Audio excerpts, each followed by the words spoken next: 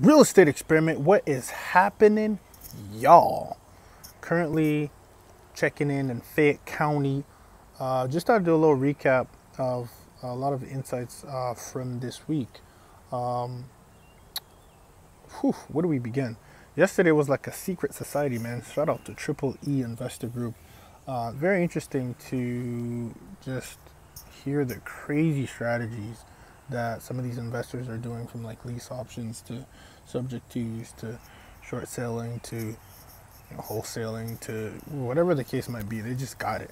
And so we started the experiment. Originally it was to first get a grip on lowest hanging fruit, learning how to wholesale, etc.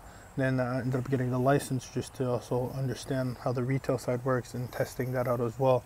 Remember, it's an experiment, but as we put the whole vision together, it's very important that I have I'm in full alignment with what my end goal is, to be an investor, because it goes back to the principles of investors make money when they buy, and on the agent side, you make money when you sell.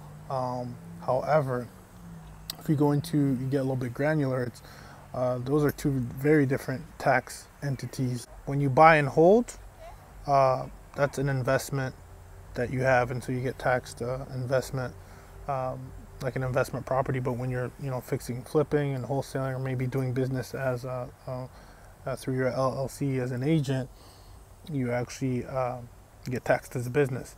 And so it's also very important to know the difference of what you're doing, and what your end goal is. Some people just sell real estate to sell it for a living, like a job. We're trying to understand how to sell to buy and hold, to be investors. So I think that's always important too. When you can have a lot of different tools, but if you're using it for a different reason, and you really don't understand what reason you're using. I know a lot of people talk about knowing what your strategy is and not trying to do a little bit of everything. I think that's very important. So right now we're definitely getting our experience on the retail side, in keeping the long-term vision, and using the real estate license like a tool. And it's a lot different, right? If you're working as an investor, yes, you can be an agent, but it's very important to know the difference, because I'm figuring out now, the types of tactics that some of the agents are using.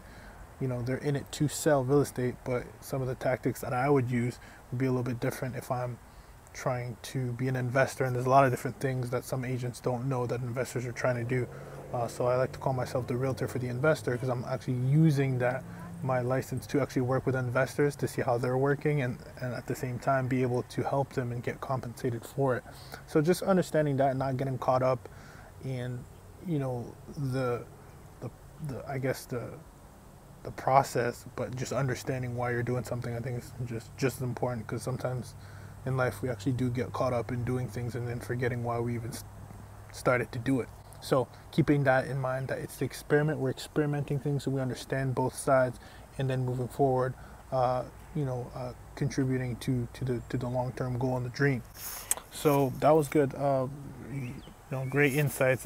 Again, always working with the investors and going to investor meetups, and then being able to understand the retail side and making progress in that. With right now, currently working with #1 agent in the South here, Keller Williams. So that's been great, doing a lot of different open houses. Now I'm getting some clients that I'm actually looking for some homes with, so that's good. But then any proceeds that we make from that is going straight into buy and hold properties, on top of all the other things.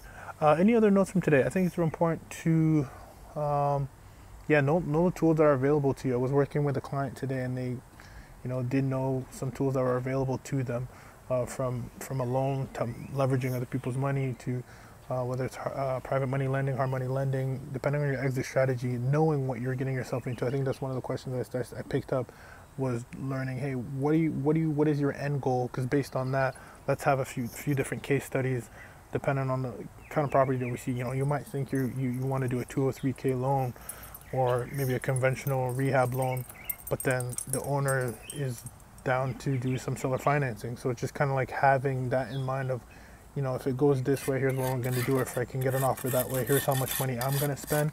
And I think that's been kind of really helpful to kind of see that and kind of be able to actually even provide that kind of value.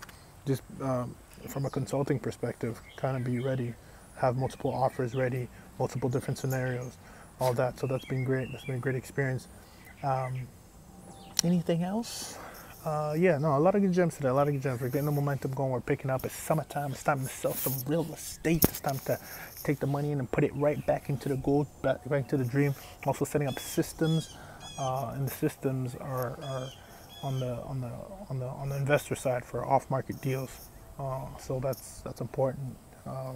We're gonna be filling you guys in on that process. Been doing a lot of cold calling as well, taking myself out of the comfort zone, lead generation activities, vacant home lists, all that, the whole 9 yards. So on and off market, wearing both hats. We're testing, we're building. Let's build, y'all. What else is there to say? Let's just build. Let's do it.